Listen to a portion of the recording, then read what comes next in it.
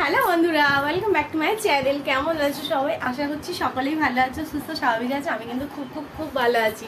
আজকে আমি এসে গেছি বাপের বাড়ি। আর এই দেখো, আমার ছেলে এসেই কিন্তু বাসে করে ঘুমিয়ে ঘুমিয়ে এসছে যথারীতিভাবে। আবার এসেই দেখো ঘুমিয়ে পড়েছে। তার সাথে আমার বড় ভাই, মামাও ওই রকম, মামা যেমন ভাগনা তেমন। এদিকে আমার মা কিন্তু আমার জন্য বসিয়েছে, একটা তরকারি বসিয়ে দিয়েছে। রান্নাঘরটা অন্ধকার, এই যে আমার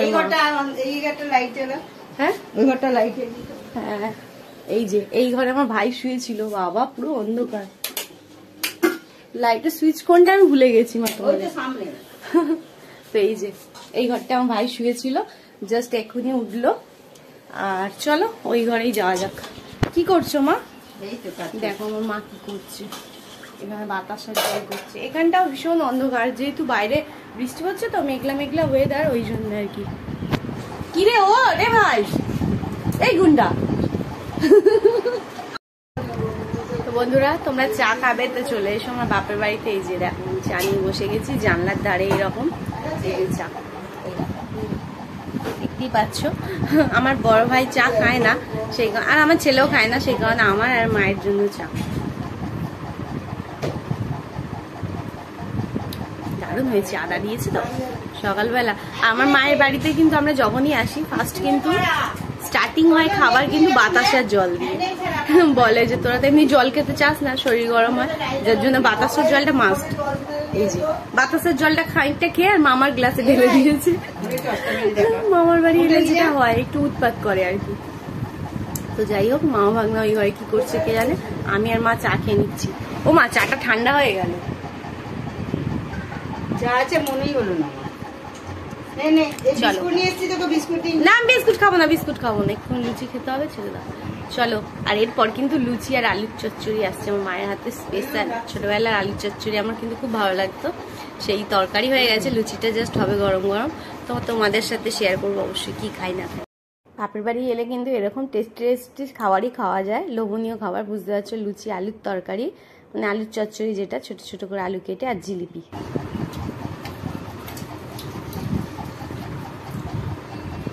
কে কে খাবে চলে এসো লুচি তরকারি।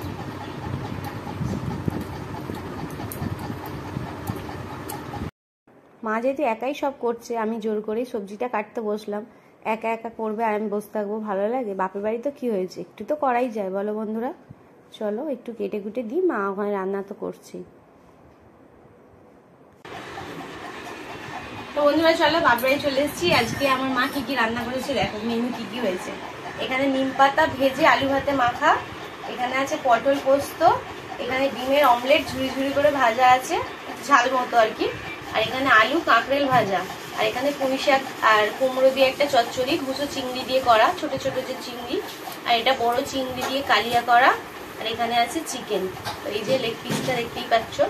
কার কার ফেভারিট কমেন্ট করে জানাও। চলো পরে আবার কথা হচ্ছে, তাও স্টার্ট করা যাক। চলো বন্ধুরা, ঘুম টুম দিয়ে চলে এসেছি ছাদের উপরে বিকেলবেলা। দেখো ছাদের চারপাশটা খুব সুন্দর লাগে। আমাদের ও বাড়িতেও যেরকম মানে ছাদে উঠতাম, ঘুম টুম দিয়ে নিয়ে ভিডিও ভিডিও করার হতো, আর এখানেও চলে এসেছি ছাদে। চলো তোমাদের ব্যাক ক্যামেরা একটু দেখাই একটা জিনিস। ওটা দেখতে পাচ্ছ যে পাহাড় পাহাড় মতন দেখা যাচ্ছে, ওটা কি বলো তো? ওটা কিন্তু আমাদের ধাপা। যেহেতু আমার বাপের বাড়ির চিংড়ি ঘাটে, বুঝতেই পারছো ধাপার সাইডটা, ওটাই পাহাড়ের মতন দেখা একটা, কি সুন্দর লাগছে না দূর থেকে? তো তোমাদের একটু জুম করে দেখানোর চেষ্টা করলাম। আর এই যে চারিপাশটা,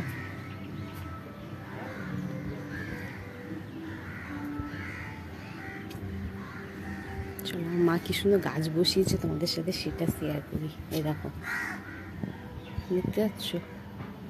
কম জায়গায় হলে যেটা হয় আর কি। তবু আমার মায়ের কিন্তু গাছপালা বসানোর শখ আছে, সেই কারণে আর কি। তো যতটা মেনটেন করতে পারে আর কি, থাকে না সেরকম একটা, তার মধ্যেও যতটা যা হয়। এখানে একটা দেখতে পাচ্ছি, এই দেখো কি সুন্দর পুঁই শাক উঠছে। নিচটা অনেকগুলো গাছ বসানো আছে অবশ্য, কিসব গাছ বসিয়ে রেখেছে, তো এখন বড় হয়নি। যাই হোক, বাপের বাড়ি আসতে কোন মেয়ের না ভালো লাগে বলো?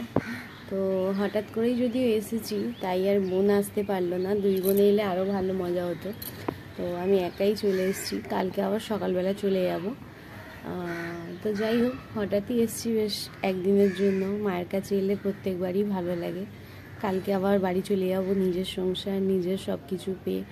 ওখানে আবার একটা মানে কাজ এর চাপ, সব কিছুই বলে না কেন, ভালো লাগা খারাপ লাগা সব কিছুই মিশিয়ে আবার শুরু হয়ে যাবে যুদ্ধ, সংসার জীবন যুদ্ধ, যেটা আর কি মেয়েদের করতে হয়। কিন্তু বাপের বাড়ি একটা দিনের জন্য এলেও কিন্তু বেশ মনটা ভালো লাগে। মায়ের কাছে, মায়ের সাথে থাকতে, মায়ের হাতে রান্না খেতে, মায়ের সাথে সব রকম কথাবার্তা বলতে, আলোচনা করতে, কার না ভালো লাগে। 24 ঘন্টা যে কীভাবে পার হয়ে যায় বুঝতেই পারি না মায়ের কাছে এলে। কালকে যখন যাবো আবার একটু মনটা খারাপ হয়ে যাবে, কিন্তু কিছু করার নেই। এইভাবেই এতগুলো বছর পার করে ফেলেছি, বাকি জীবনটাও এইভাবেই পার করে ফেলবো। চলো, ভাবলাম একটু বিকেলবেলা একটু ছাদে বসি। তো মা আর আমার ছেলে দুজনেই নিচে ঘুমোচ্ছে, আমি ছাদে চলে এসেছি। দেখো বসে আছি, তার মধ্যে কিন্তু আবার টিপ টিপ টিপ টিপ বৃষ্টি শুরু হয়ে গেছে। বৃষ্টি ভালোই শুরু হয়ে গেছে, বুঝতে পারছি না কিনা জানি না ক্যামেরায়। তো যাক গিয়ে নিচে যাওয়া যাক, চলো। এই যে দেখো, দিদিমার নাতি কিন্তু এখনো ঘুমোচ্ছে। এবার ওদের ডাকবো, সন্ধে হয়ে যাবে, মাকে ডাকবো। এই দেখো, চা আর মুড়ি নিয়ে আমরা কিন্তু টিফিন করছি, বসে পড়েছি। চপ আছে আর মুড়ি, একটু ছোলা মাখা আছে। কার কার ভালো লাগে বলো তো? আমার কিন্তু বেশ ভালো লাগে সন্ধ্যাবেলা এরকম এলে। তো মায়ের কাছে এলে মানে খেতেই হবে সবসময়, খালি খাওয়া খাওয়া, জোর করে খাওয়াবে। এবার দেখো, রাত্রে ডিনার হচ্ছে চিকেন চাপ আর বিরিয়ানি। সায়ন দেখো বিছানায় টিভি দেখতে দেখতে খাচ্ছে। গুড মর্নিং ফ্রেন্ডস, কাল থেকে বাপের বাড়ি আছি। এবার আজকে সকালবেলা উঠে পড়েছি ঘুম থেকে, চলে যাবো আজকে। এখন একটু চা টিফিন খাওয়া হবে। মা যে ভেতরে রান্না বসিয়ে দিয়েছে ভাইদের জন্য।